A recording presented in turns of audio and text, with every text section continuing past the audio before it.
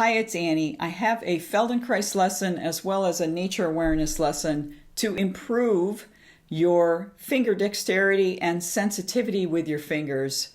Whether you've had finger numbness, or if you've had a brain injury, or if you're a musician who want to warm up and really improve the sensitivity of your fingertips. So this lesson comes from my raccoon series, and in studying nature awareness, you can find just actually pressing the tips of your fingers together start to sensitize them. But what raccoons do, and it's interesting, they often have their hands rubbing in water. The rubbing of the hands sensitizes the hands. It stimulates oils to produce in the hand. It stimulates the nerves. So they rub their hands, which I always do in my classes. But we're going to be working with the pads and the nails in this lesson. So take your index finger and place the pad of your index finger and tap around to find your hip bone, something solid for your finger to tap.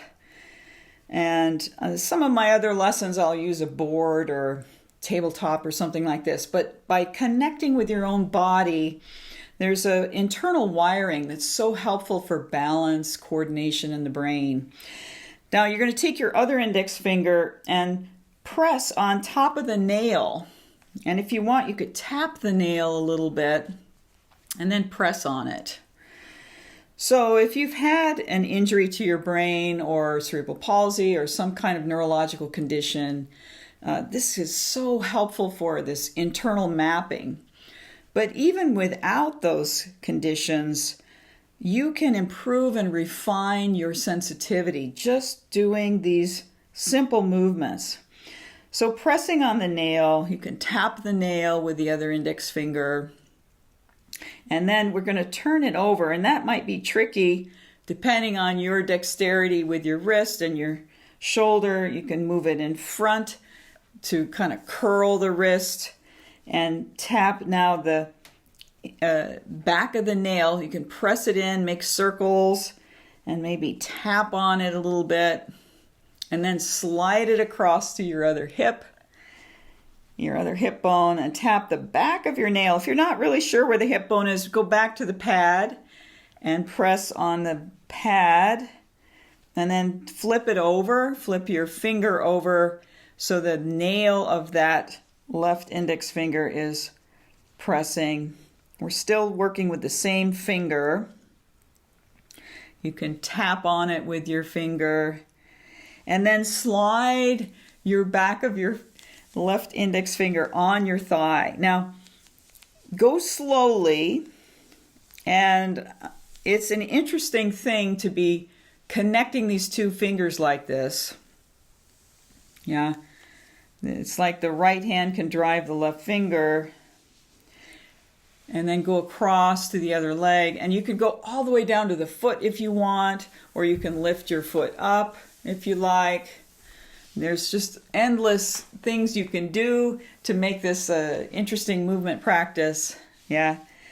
And then to come up your belly and chest, you have to turn and bring your wrist so that you can slide up through the middle. Yeah, so bringing your elbow down and slide up. In the other hand, you figure out, how can I move my other hand to keep pressing on the back of the nail? It's like a problem you can figure out. Play with turning and twisting things to keep coming up until you come up your throat to your chin. And again, if you've had a brain injury, this is so helpful to connect your head to the rest of everything else. If you had a whiplash, any kind of head injury, and you can play a little bit with pivoting the nail. Yeah, it's kind of a fun little game to play with yourself. And if you can do this eyes open, great, but eyes closed is more advanced, to move the back of the fingernail and finding the bones of your face around your eyes, cheeks. It's actually has a nice effect to the face, relaxes the face. Yeah, relax your shoulders, breathe, and then come back down and rest. Maybe shake out your hands, maybe rub them again. Yeah, okay. So that was the left index finger. Now let's take the right index finger. Take the pad first and rub the top of your front of your hip bone. If you're not sure, you can take the tips and tap on the bone, see if you can find where that hip bone is, and then just take the index finger. Take your left finger on top. You can even tap on the nail. Rub them together. Relax your shoulders. Yeah, and then flip that right hand over so it's the fingernail of the index finger, and then take the other one on top. It's very simple, right?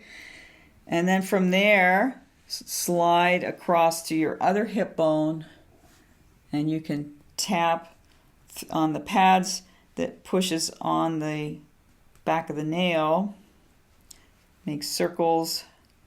And then slide that index finger, and you can kind of pivot your fingers a little bit to make different movements. Yeah, and go slowly, and then see if you can challenge yourself with eyes closed. This is a harder thing with eyes closed. Go slower, relax, let your shoulders drop, you're breathing. And then how could you come up your belly and up through the middle of your chest and to your face now with the index finger of the right hand, that nail is sliding. Of course, if you have really long fingernails, be careful on your face. And sliding all around the face, the bones of the cheek, around the eyes.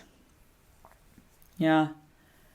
It's really nice, relaxing thing to do, but also sensitizing, and then coming back down. Yeah, find the hip bone again. Okay, so shake it out, rub your hands. Take your fingertips together now and tap those index fingers. Do they feel more alive? Now, you can tap the other fingers and compare. And what I recommend is that you just rewind, go back to the beginning, and then work through the other fingers, yeah, all 4 other fingers, and see how that is, and go slower than faster. Slower will help you have more control, and then if you really want to challenge yourself, do it a 3rd time, but completely in your imagination. Like, don't actually make the movement, but just imagine moving them. And I guarantee your fingers will be so much more aware and sensitive. Then try playing the guitar, or try working at your computer, or if you're a writer, see what it is to create after you've stimulated your hands in this way. Let me know how it is. I love to hear your comments. I appreciate your support. If you want more in-depth lessons, I have a whole series on my Patreon site, Working with Raccoon Touch, and many other series. So check it out. And thanks. I'll see you next time. Take care.